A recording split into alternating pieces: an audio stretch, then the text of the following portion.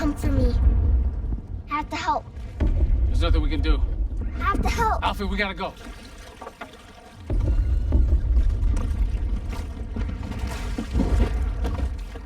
Alfie! Alfie!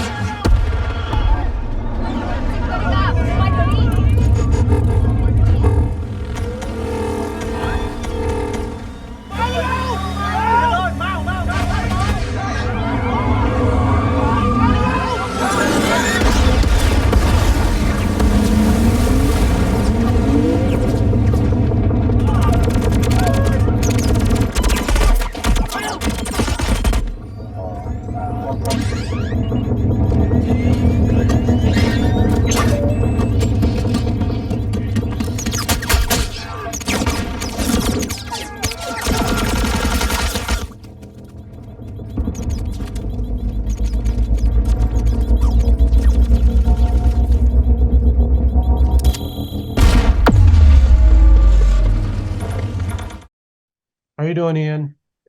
Hi, Hey, Jay. Ian. Hi, Gareth. Thanks so much for doing this. Really appreciate it. No, thank My you. pleasure. Is that a Godzilla Awesome. behind you? No. Oh, it is. It Is it? is. It is. Gareth, my girlfriend won that at the Sydney IMAX premiere for your film.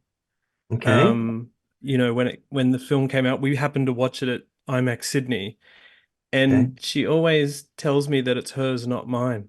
So, but we Yeah, well, love it. Godzilla belongs to you now. I had to let it go a long time ago, so congratulations. I hope you're looking after it. We love it, and our friends who visit love it too. I wanted to quickly say that I love the creator, and I was lucky enough to be at SIGGRAPH last year, Gareth and Jay, for that Pixar RenderMan session Oh yeah. that you were on stage for, which was really fun. The thing I want to ask you about that particular session is that you mentioned Gareth and Jay doing things differently on this film, particularly with visual effects. And that very tech savvy crowd, I have to tell you, kind of went, really? Can you really do it like that? And then, of course, you did. Yeah. And I guess, it was a really great thing to hear that you were doing things differently. But maybe, Gareth, for people who don't know, what was that really early on different methodology that you wanted to take with this film? Oh gosh, it's a hard thing to explain. It's also quite simple at the same time. Mm, It's because it can sound not that different, if you know what I mean, or it's something from like decades ago in the sense that but basically the way filmmaking has evolved in the last decade or so, or with digital technology, is essentially if it's a big genre film like a sci-fi movie, the first thing you end up doing is concept art, so artwork with building the world and really cool shots and things. And usually that's the artwork that gets the film green lit and the studio excited. And then you're chasing that artwork the entire movie. So what happens is people sit down with you and they say, okay, well, this crazy thing you've designed here doesn't exist. So what we'll do probably is we'll build that in a studio, and then I guess, then we'll have to put a green screen behind it, and then we'll do the rest in visual effects. And you get very quickly boxed into this corner of everything's nearly that approach. And it's a real problem. I used to do visual effects a long time ago for a living, and when you get given something that's essentially a foreground piece with green screen behind it, it's a nightmare because someone's like basically saying, I don't know what this is, you figure it out, right? Like make this foreground thing look good by adding some random thing in the background, which is really, really hard to do. And so I always felt the better way to do that sort of thing is you go to a real location with real objects and real buildings and everything real, and then you film real people doing their thing and find nice shots, and you do it like it's already there. Even if in your brain that building's going to be a sci-fi building, not the one it is, that car's going to be a sci-fi car, you shoot it like it's all for real, and then essentially change it all in the computer. And the problem with that is it means going to these real locations can get very expensive when you've got like 200 people coming with you everywhere. And on a big movie, you normally are only allowed to go to 2 or 3 locations, you know what I mean, of Mm. significance. And I was like, well, I want to go to like 80. And so the only way we could do it is if we got the crew small enough. So we basically became like a guerrilla, independent, small little movie crew, and traveled the world, mainly, a lot of it in Thailand because of the pandemic, but we also went to like Indonesia, Japan, Cambodia, Vietnam, Nepal, and cherry picked, just like sitting on Google trying to find the greatest places in the world. We just went to all these great locations that were the closest thing to what was in the screenplay and shot it for real. And then in a sense, the big ask and was going up to a visual effects company and saying, I want to do it this way. What that means for you is you're going to have to sort of blindly agree to do the movie, not knowing what any of the shots are, not knowing what any of the ask is going to be, not knowing any of the designs. Like we're going to be doing this all in post-production, but you've got to agree to do it. Otherwise, I can't get the movie greenlit. And I thought we would have to get someone like some really naive, brand new startup VFX company that was going to end up going bankrupt at the end of our movie because it's such a big ask. And thank God, ILM knocked on our door and said, "How do we get to do this with you?" And so we did this little test together, and they knocked it out of the park for very, very little money, and got the film greenlit. And I don't know if they are full of regret now. I'm hoping this Oscar nomination has helped a little bit, but they pulled it off. It was amazing. What was that like, Jay, doing things a bit differently than maybe you and, the whole ILM team have done for decades? It was scary, but also refreshing. And the scary part is probably is what you would expect. You don't really know what you're signing up for. You're not quite sure until you go through sort of a spotting session with your director of how much each shot is. I mean, you have the script and you're seeing the dailies, but you don't really know what these shots are going to turn into. I mean, we saw a cut, gosh, I don't even know how long ago, but one of the earliest cuts we saw, the movie was pretty successful with no visual effects. I mean, other than, the Nomad component where you're in space, you can't represent it. You still have all these locations. You still have really compelling actors. So that part was represented, but you don't know what you're gonna do in terms of how many ships, how many robots, how many simulants, how big are these forms, how many weeks of generalist time or digimat or anything like that, how much roto. So that part is a huge leap of faith. Um, once you can wrap your head around it, it gets a little easier, and you can start thinking about like, oh, the horse trading element of like, okay, well, we have to build this environment. But maybe we can do it in such a way that it's a lot cheaper. We'll just do it as a 2D projection, or maybe we'll come up with a 2D way to do robots in the background, so we don't have to go through lighting for all of those. So there's a number of things you can learn once you sort of get your arms around it. But at least originally, it's a really scary moment, I guess. Yeah. It gets easier. It gets easier after you get, it's almost like I don't know what the best analogy is, but once you get over sort of the stage fright of having to perform and realize that you're going to have to do these things, you can break it into smaller problems. The refreshing part is like the imagery is amazingly cool, and really quickly that this is going to turn into something special. So that's the other side of the coin, which is the imagery that we were seeing from Oren and from Greg was just so cool that we were really jazzed to be in the project. Gareth, at that SIGGRAPH event, that sort of murmur of, oh, can they really do it, turned into excitement when you showed, I think it was the bridge sequence, and then you talked about it, and you talked about how during the shoot, you didn't necessarily know which human actor would be turned into a simulant or a robot.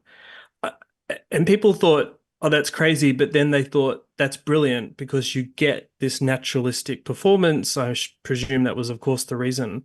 But what I really want to know is, how did you decide? What was some of the criteria?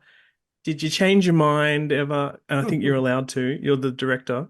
But tell me about that process. Um, Yeah, it's a double-edged sword. On the upside or on the downside, obviously, you've got a tracking nightmare because you just got people in normal clothing running around and you've got to turn them into a robot. On the upside, which is way better than the downside, is that you're not locked into anybody being a robot. And so typically we were saying like if you put a normal movie, everyone you would see that we all know seen those behind the scenes of the people in the really stupid pajamas with the dots all over them. And you have those guys around, you shoot those guys and then you cut it together and you suddenly realize, oh no, that guy is out of focus and we just see his elbow and we've got to go to the trouble of making him a robot, which costs thousands and thousands of dollars and it's going to have no impact on the audience whatsoever. So in our world, we basically cut the movie together, and when we're sort of pretty happy with a locked section or a shot even, we would essentially wait until the sequence was finished because you can watch your eye on a cut, your eye goes to someone and then on another cut it goes to someone else. And so we were trying to just make the person that your eye went to become a robot. And then that way your brain doesn't have time to look at everyone else. And it just thinks it's, oh God, I'm seeing all these robots. There must be like 50 of them in this sequence. It's like, no, there's only 7, you know what I mean? But it would trick the brain. And so it was, if we were doing it again, I totally do exactly the same approach. I think it was really efficient and it caused a lot of pain. I think there's a lot of ILM artists didn't see their children for about 6 months, but you know, there was big family reunions at the end of the post on this, like, airports and things. It was a beautiful thing. But I do love the result. And Jay, obviously, from your point of view, that did bring a more naturalistic view to the actual performance, but was trickier, perhaps. It was definitely trickier. But it's funny, the motion capture pajamas are all about the reality. Like when we go down this road before, it's witness cameras and the motion capture pajamas and all that kind of stuff. You're trying to solve the most honest version of the question of where are these limbs spatially. And this is also true for lighting. So same analogy. But at some point you don't care that you're not really looking for what is the spatially correct. You only have one plane of existence for how you're interfacing with this movie, and you care about what is this is true everywhere in the movie that we didn't have reference. We are creating plausible lighting that is also good cinematography, hopefully. We're not recreating the reality. And I think that visual effects artists sometimes get bogged down in like what is the actual truth, if there's such a thing, because we're not after truth. That's not our goal at any point. Our goal is compelling imagery that serves the story. And so whether the robot limbs are exactly in the right place or the elbows land in the same place, as long as it feels like they're in the same place and it doesn't take you out of the movie, we've kind of done our job. And that's also true for the way that we're lighting our robots, whether they're in, that first sequence where they're in the what's the name of the location, Gareth? The where Gemma and JD are. Raleigh Beach. The beach house. Sorry, Yeah. took me a second to remember. Whether it's in the beach house where it's sort of moody lighting, we want stuff that looks cool and it feels like what it was. And there were actors there on the day, so we're emulating what their lighting was, even if we didn't have their lighting reference for what it was. If we didn't have an HDRI or a gray ball. One thing that is kind of funny is that Haroon actually became one of our best lighting references because of his bald head. We always knew where the lights were. It was fantastic. That's great. Yes, You'd probably pass it along to Ken. He'd love hearing that. If you hire a clapper, the clapper board guy, if he's bald, you don't need to do all that silver group That's stuff. a great way to do it. It's like bald actors. You save so much time on set. Bald actors with one side of their head would be reflective, and the other one would be just sort of a dull 18% gray. I mean, in some ways, it feels like going back to a time before we used gray balls and mirror balls and even color charts. And of course, ILM did do that for a number of years, Jay. Yeah. Until you implemented that sort of workflow. Yeah. Yeah, I know. The other thing is that every movie, there's always some portion of, some plate that you don't have reference for, or you have 4 different HDRIs for it, and you're not quite sure which one it is. And so what you end up doing is you as artists progress in their careers and their abilities, they can pretty much tease out the lighting from looking at, it's the same goals. You're looking for shadow direction, you're looking for color temperature, you're looking for, the proximity of occluding objects, all those sorts of things. And if you're a pretty crafty lighter, you don't necessarily, it's always helpful to have like the chrome balls. We always use that as a first pass. Like we will render that just to see what it is. But if it doesn't look good, we're chucking it. And so it's a starting point, not an ending point. And that's something that we've been talking about for years, that what is real is never there is no real that is, if I show, I'll put it this way. If I had shown Gareth, or we'd shown Gareth takes that didn't look like they're compelling imagery, then, and it like one of the things we often tried to do was try to feature off the hole inside of our simulants' heads, right? You want a little bit of a kick light. Now, if that didn't exist on the set, that doesn't mean that they wouldn't do it if they had the opportunity to light that character with the hole in their head. So it makes sense for us to diverge from what the set lighting paradigm was in order to create more compelling imagery. And that's what we're really trying to do, is we're trying to tell stories in that way. The other thing about those chrome ball HRI whatever's is what normally happens, you've got a character stood there on set like Alfie, our little girl AI, and then somebody's like, okay, we're going to get balls now, and so she would have to leave and someone stand there and get the HDRIs, right? But if you're replacing her head and you're putting a ball where her head was, probably like at least a third of the environment is her body, right? So she's got this very bright red kind of costume on. And what we would find is the HRIs are not capturing that because she's walked away.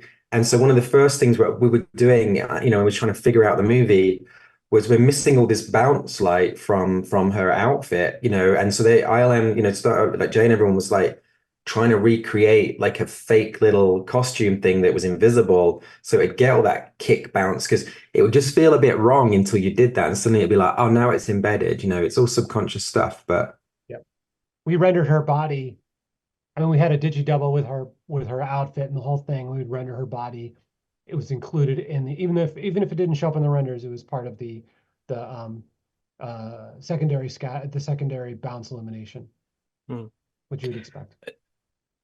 Gareth, can I ask you about the tests that you did, which I just love? I guess they were part of a scout, but then you were able to get ILM to do these tests. I particularly love, the robot on the motorcycle, and also the guy, I think he's smoking a cigarette and becomes a simulant.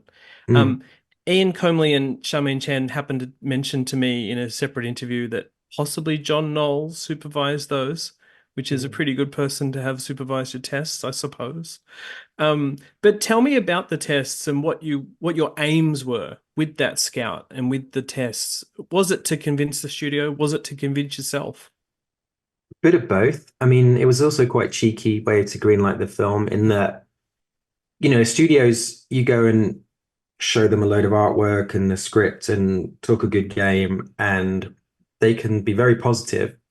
But there's a big difference between saying really nice things to you and giving you tens of millions of dollars.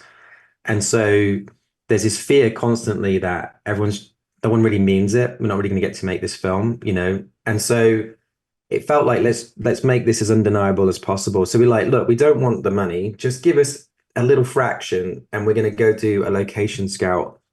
And to take the pressure off, we didn't tell them we were doing this, but we took a camera with us, and I went with Jim Spencer, who produced my first film, and I just shot a load of like holiday video art house wank. It's probably the technical term that you could never really show anyone, but it was all this beautiful textural like travel log stuff through all these 7 different countries. And we filmed like Buddhist monks going into the jungles of Cambodia, and they weren't actors, they were just people that were just going about their lives, and I just was filming them like a documentary. And then went with a begging bowl to ILM and said, under the guise of, hey, look, let's just check this process can work, but really secretly and probably out loud as well, I was like, can you please help me greenlight this film? And they were really up for it. And there was some super cool stuff in that test. Like, there's a farmer, I just was in we would have been in, I think, Indonesia. And I was just filming some guy plowing the land in a paddy field, and his mate was watching him with his smoking a cigarette. And he just looked at me like, what the hell are you filming us for? And I was filming him and I was just smiling and filming. And he just was like, kept looking at me like, why are you still filming me? And there was just something about that. He was so naturalistic, the way he behaved and looked, that I was like, oh my God, if you could make him AI, like this would be the greatest CG performance I've ever seen, because it's not a performance, it's someone really existing in a pure documentary way. And they did it, right? And then everyone reacted to that shot. And it was great having done that test, because it became like a police badge during the rest of the movie, because we had no data, no tracking markers. There was just two of us and a camera. And so as we started to go, here's how we're going to make the film, we're going to be like a tiny crew and do this. You obviously get loads of pushback, like, wait a minute, hang on, how are you going to do it? How are you going to do this? And we'd always go, but we only had two people on the test, you know what I mean? And it kind of allowed, I think if we hadn't done that, if ILM hadn't agreed to do that, we would not have got to the end of the movie the way we did. I think we would have been like beaten up and told that we had to go back to how a normal film is made. But that test was so compelling and so clearly a unique looking type of film that the studio was like, go make 2 hour version of that and we'll be super happy, and so I would highly recommend it to anybody who wants to do some wacky filmmaking approach. I love those tests so much, and I feel like you preserved that look in final robots and simulants. I'm curious, Jay, did you constantly refer to those tests as you were continuing to go as well? It's funny. I foolishly thought that we were going to be able to repurpose so much of that geometry, and we were like, oh, we've already done so much of the robots. But we went back, we redesigned a whole bunch of stuff with James Klein, our production designer. And we built the 7 heads and one common body, and I would say a couple of different paint schemes for each of the robots. And but the idea was the same with the test, right? That we wanted to push them into our characters in a way that was believable. I forgot the first part of the question.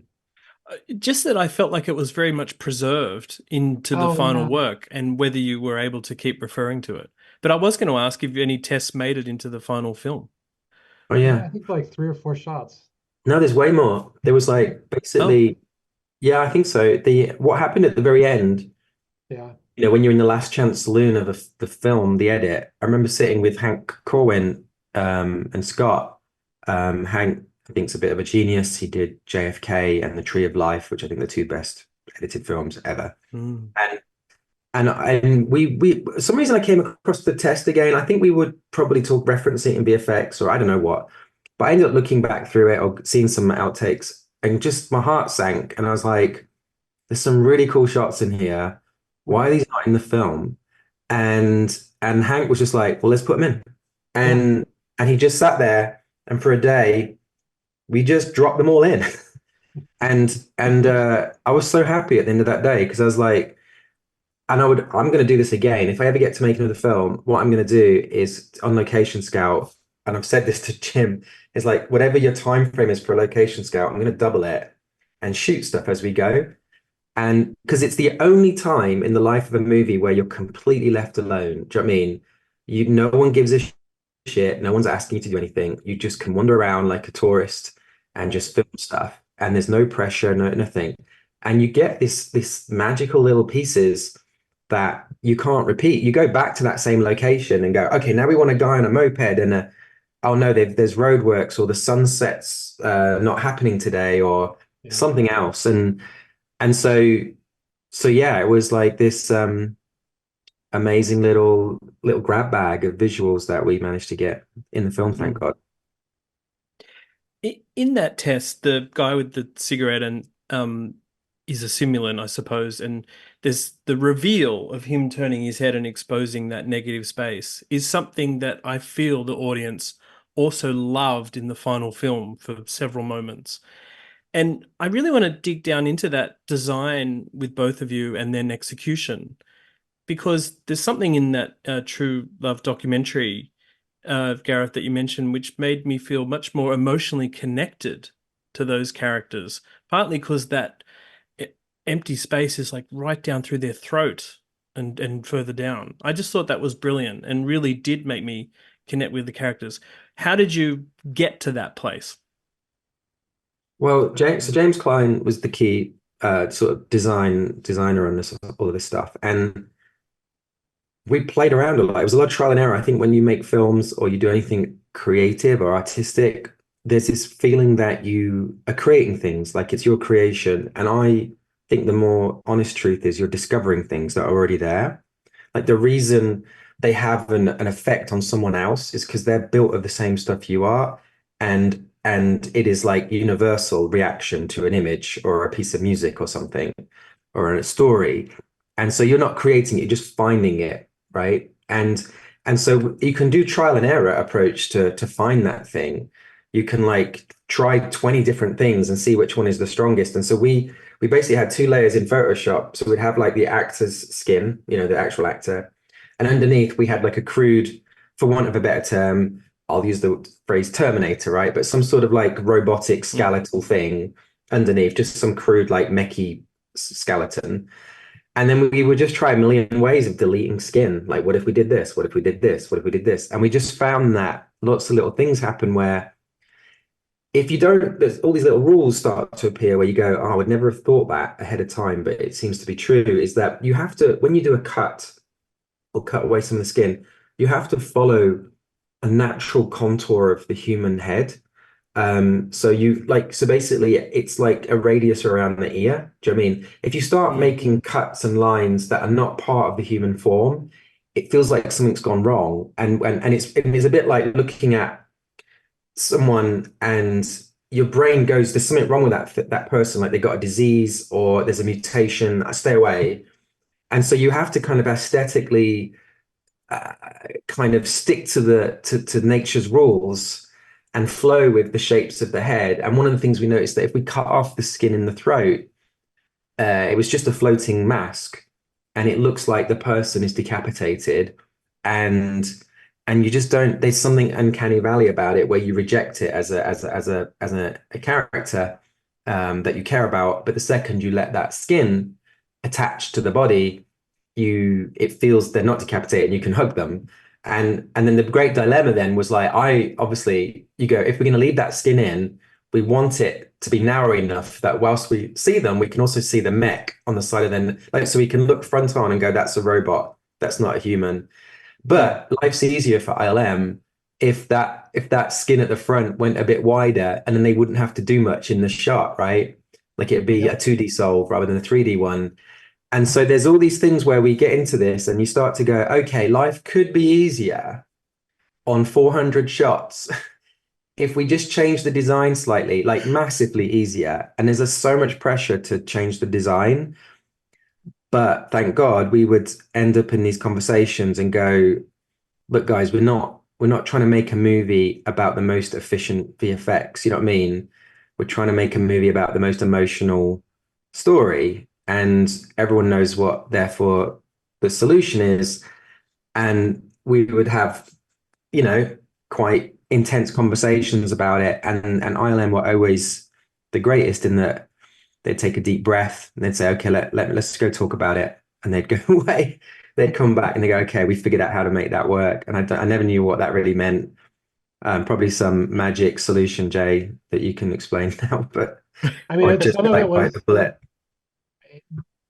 obviously you're clued into visual effects in a major way. So it was usually some version of, we had a technique that was a little bit of motion vectors, a little bit of, deforming head tracking paired with our rigid body heads. It was usually something down the road, or a comp technique that we could sort of get through it.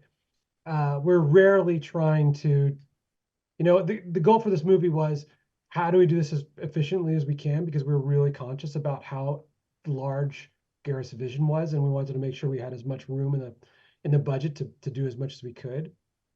So at every turn, we were looking for like, what's the cheaters version of this?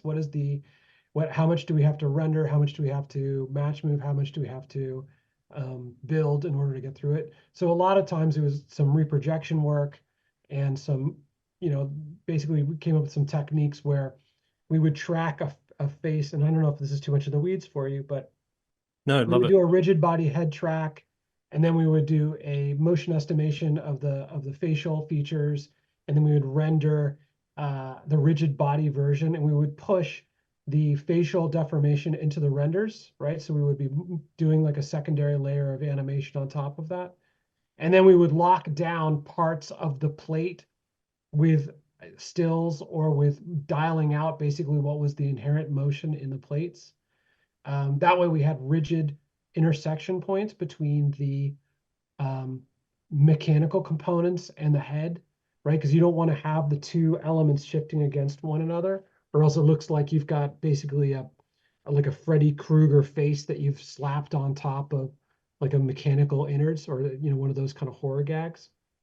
But yeah, it was mad props to our comp soups in London and San Francisco who came up with these techniques. It was difficult, but we persevered like all times. Yeah.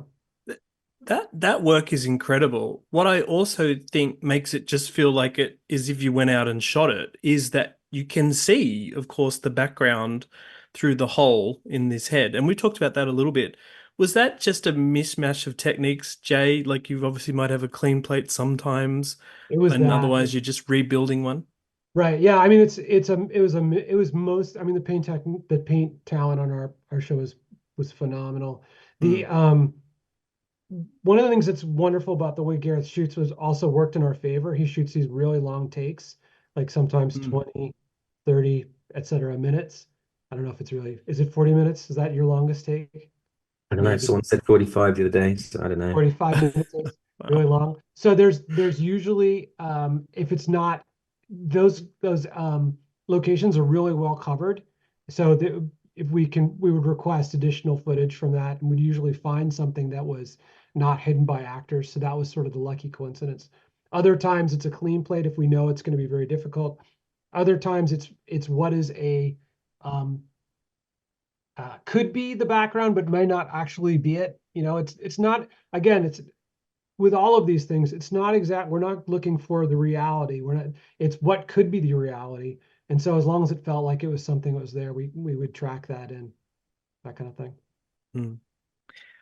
I want to ask you both about just two of my favorite sequences or types of sequences. The first is, again, part of the bridge attack, when those vehicles are pushing over the stilted houses.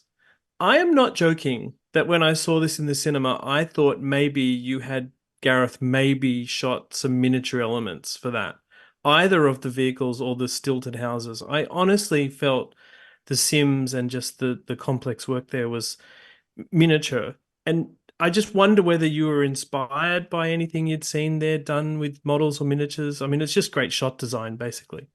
Well, I think that was maybe born out of the fact that so that was, I think the shot you're referring to, that would have been in Cambodia. So this was part of our really guerrilla shoot where there was minimal anybody. And we went to this stilt village and just went fishing for great shots and had some costumes in our van. And we were like, so we just knocked on the door of the villagers in this one little area and said, like, and basically had a translator, and we're like, would you like to be in a movie? And obviously people look at you like, what the hell are you on about? And they're like, we're shooting a film, would you? And we paid them and everything, and so for like an hour or two, they played along, right? And they put on these costumes, and they found it quite hilarious, but they were really good at it, and they just started running and screaming and looking back, and we tried to explain the height and everything. And I was shooting that with a guy called Andrew Michael Ellis as well, who had done some Terrence Malick films, and so we were looking for all these like naturalistic things. And I remember just being like, you sometimes shoot shots, and I'm like nervous, or like I got this feeling in me as I'm doing it where I'm like, this is going to be great. Where you go like, I can't wait for ILM to get their hands on this because I know it's going to be great. You know what I mean? You just can feel it in the shot and everything. And there was something about the way the light was hitting these wooden, bamboo, whatever huts, and they were like 2, 3 stories high, really strange things because of the way the river floods. And I think the buildings themselves feel like models. And so if you do that building justice in CG, it's gonna look like and feel like a model in the way it snaps and bends and everything. And it was interesting because I thought ILM were going to show me like all these like incremental works in progress of that shot, but you could also feel they just really wanted to like do a slam dunk bullseye, and so they didn't really show me it in progress at all. And then one day they just were like, mic drop, like, by the way, we've done this, have a look at this. Jay, what was I don't remember that it shot like the production mic like? drop.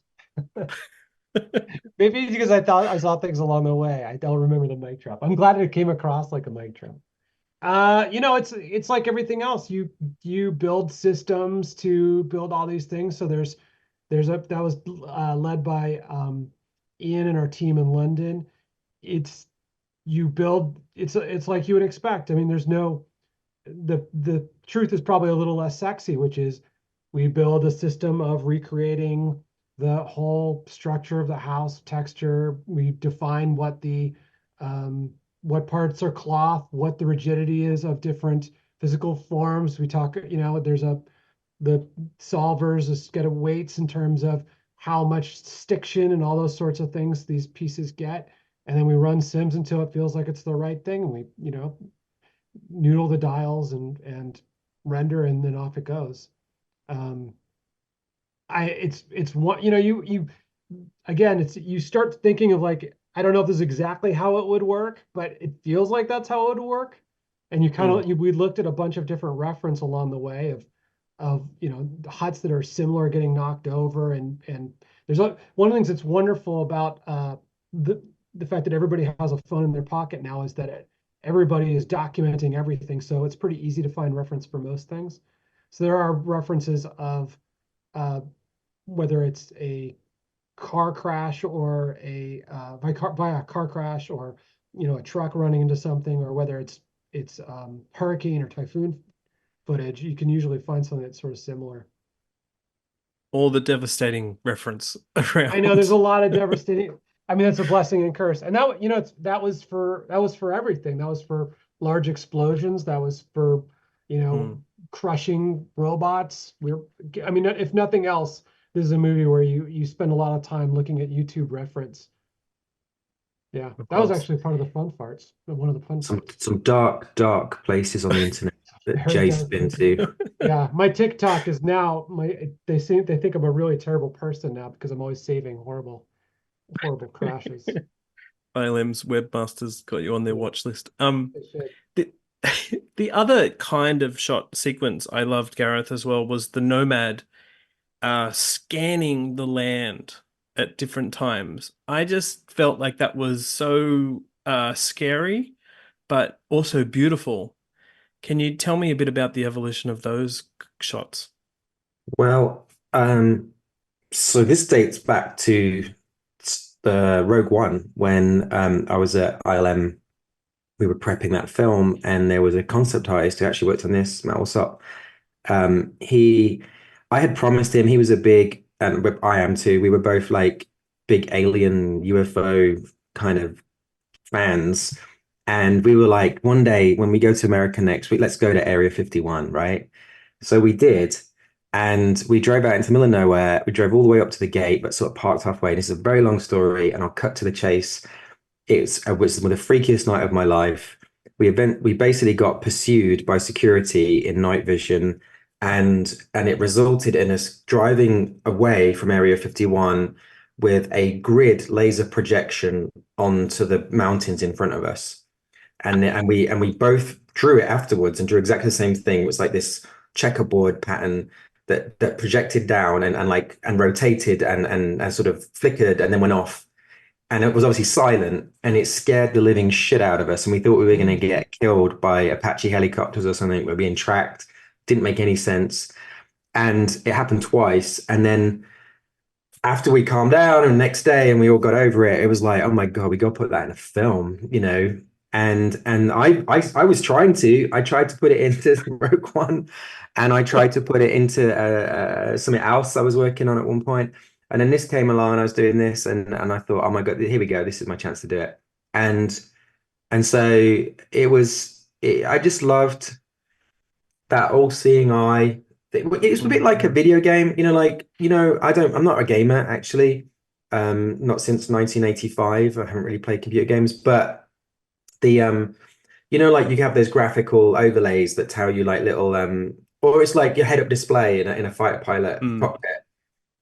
The idea of actually that being literal, like rather than it being projected on a screen and augmented for the pilot, the idea it's projected on the actual ground for the soldiers, like a real-time battle information thing. And I don't understand it beyond that, but there's something quite contradictory about it, because there's a stealth mission going on where you're supposed to be secretive, but at the same time there's this giant intimidating bright light coming down, which felt again, I can't justify it. It's like a lot of the things in filmmaking, there's you can get into logic, and my joke always reaction to that is, okay, well, I guess we're not going to go to the Logic Awards with this movie, right? Like, I don't ever want a Logic Award on my shelf. The award for best logic is like, those movies are boring and shit. You just go for what feels like, or what has an emotional impact on you, or give you goosebumps or something. And that imagery was like, it doesn't really feel too familiar. It feels like, always looking for something like, even it's a hybrid of other films or some other experience. What's the little thing that you've not quite seen that you could put in this movie? And Nomad and those visuals were definitely one of those. Jay, I'm not 100% sure if that was an ILM specific shot or sequence or a vendor one. We did a bunch of them. Yeah, they were a little bit everywhere because they're omnipresent, like in the movie.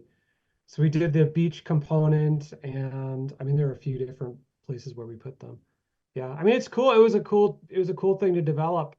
You're never quite sure how it's going to work out, but we got pretty lucky. We were able to get like a nice reflective beam onto the water, which was really cool. And we did a couple of when they sweep through over the rocks and the foliage. It was a fun thing to work through. Awesome. We've talked a little bit about how this was maybe using some old school visual effects methods, but of course it also used new methods, including virtual production and stagecraft, Gareth. And I think I saw you doing some, virtual camera scouting, which I feel like you'd also done a bit on Rogue One. Perhaps some of the earlier stuff done at ILM with that virtual scouting. How did you want to take advantage of things that ILM had done in the meantime, with Stagecraft and other visualization tools so far? Yeah, on Rogue, John Knoll was very good and innovative with seeing how, I like to work and be very intuitive with the camera and not so prescriptive ahead of time, but like find it in the moment slightly. And so he managed to figure out using VR controllers, I thought I might have some down here. I've got some somewhere, but they basically they stuck one to the back of an iPad, and it made the iPad like a controllable camera, and it worked really well. It's how we got those shots of the Death Star reveal with the big radar dish going into the Death Star and all that. Like, never would have thought of that, but as you explore and turn shadows on, you go, oh, this could flow to this and this, and it helps you find stuff. And so, obviously things have come a long way since then. And so ILM, were also very kind of aware that our whole movie had this vocabulary to it that was organic and sort of like found, compositions. And so it was like, oh my God, when we get into space and it's all 3D models, how are we going to do this? And so there was a day I got to go up to San Francisco, and essentially they had the whole volume there converted, and I had a little virtual monitor that was a camera, and I could basically just find my shots, and you could shrink the scale of the world or increase it. And I shot the shit out of that thing. I think I came home with 6 hours of footage. It was crazy. because there was so many opportunities, and in your brain, you're like, I'm not going to get to come back. Suck every single, like we still didn't know exactly how the third act was going to be. So it was like trying to find every kind of angle and shot I possibly could. And it was a nightmare going through all that material and trying to find things, as a basis for but they had the time code and everything. So if we picked a shot, they would have the virtual camera of that same move. And with Stagecraft, like we on again Rogue One, we had LED screens in the cockpits that we thought might be a cool way to do interior spaceship shots. And then one by one, that's evolved. That became obviously Stagecraft. That feels like, oh, that's changing filmmaking. And Greg Fraser being a big part of that, who's our DOP as well. And so I was always very jealous watching stuff like the behind the scenes of The Mandalorian, going, oh man, that's the sort of thing. I wish I was doing that. And then got my chance, because it's a weird thing, because it's not the cheapest approach to doing a guerrilla film is going to Pinewood and doing Stagecraft. But there was this strange mentality that happens where the studio know they're making a big film, and when you say at times it's going to be five of us with a camera in the Himalayas, people get very nervous about that. But if you say, but don't worry, we're going to do like 3 weeks at Pinewood using the Mandalorian technology with ILM, where we do all the space stuff, everyone, they weirdly breathe a big sigh of relief and go, oh, thank God, you know what I mean? Like something proper. And so they were happy to pay, or it felt like they were happy to pay for that. But in terms of how all that's done, it's Jay can take over, because it's all black magic. I think Gareth knows more of these letting on. But let me first start with about the virtual camera stuff. So we knew, well, first, to know whether it makes sense is to know how Gareth shoots his movie, where he's the camera operator and he takes huge authorship over finding frames and is constantly searching for shots. So we knew that we needed an equivalent version for our third act. So it made sense that we would take our Nomad, we'd previs out a number of the beats of what's going on, and then we'd get that into, I think at the time we brought it into Helios, as I recall, which is our Stagecraft renderer. So you get shadows and global illumination, things like that. And then we had using our virtual camera tools, we're able to emulate any number of film backs. So we knew what the film back was for the Kawa 75. And we were able to create some new tools so Gareth could operate, basically treat it like a model, right? So we could shrink the world down. We added some additional tools for dampening, so little small movements didn't become wildly jittery, that kind of thing. And so what you can do is you can create, like Gareth's saying, he can sort of search around, and all of that's recorded with time code, and then we have camera position. And the hope is that we find shots that we don't have to work out the camera exactly. I don't know if it exactly worked out that way, but we definitely got much farther along because we were able to pull the time code, which was coming from his cut. Then we would pull those camera takes, and that becomes the first take for camera.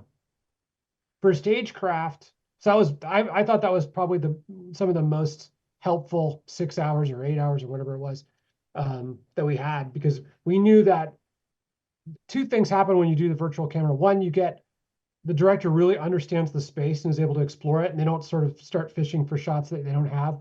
They know exactly what's there. And the other thing is that you kind of get a buy-in also. Not to say this in front of Gareth, but because he's the architect of the camera move, he has more ownership of it. And I think it's ultimately what we want. We want to get Gareth to get as close to the pixels as he's able to. And I think that's the hard part with visual effects in general, is you're always working through someone, you're always working through, a series of people. With Stagecraft, the goal was always try to find locations for everything, but there's no location for space. There's no location for our biosphere environment.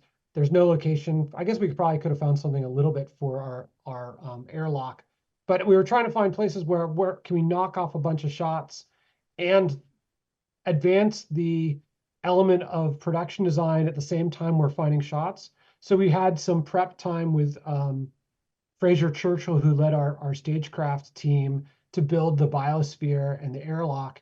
And so we got those up on their feet pretty early on. And so that just as a matter of process, that unlocked those assets for post-production. But it also gave us an opportunity to see how they were looking in a kind of a real way and pick up the shots. And I think we've spoken about this multiple times with multiple people, but it's really advantageous to have your actors being able to look at something instead of big blue walls. That's I think the worst for an actor.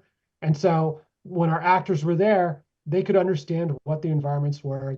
We've talked about this a bunch, but it also helped us find shots, and it helps us define the lighting, and it helps us do it in a way that even if the shots don't become the finals, if we replace it for deconstruction, or we have to replace the stage floor, we get really far really quickly, and we know we have sort of visibility on what it's going to eventually be like. And that to me is ultimately the best part about Stagecraft, is to answer the question of what is it going to look like at a much earlier place in the schedule.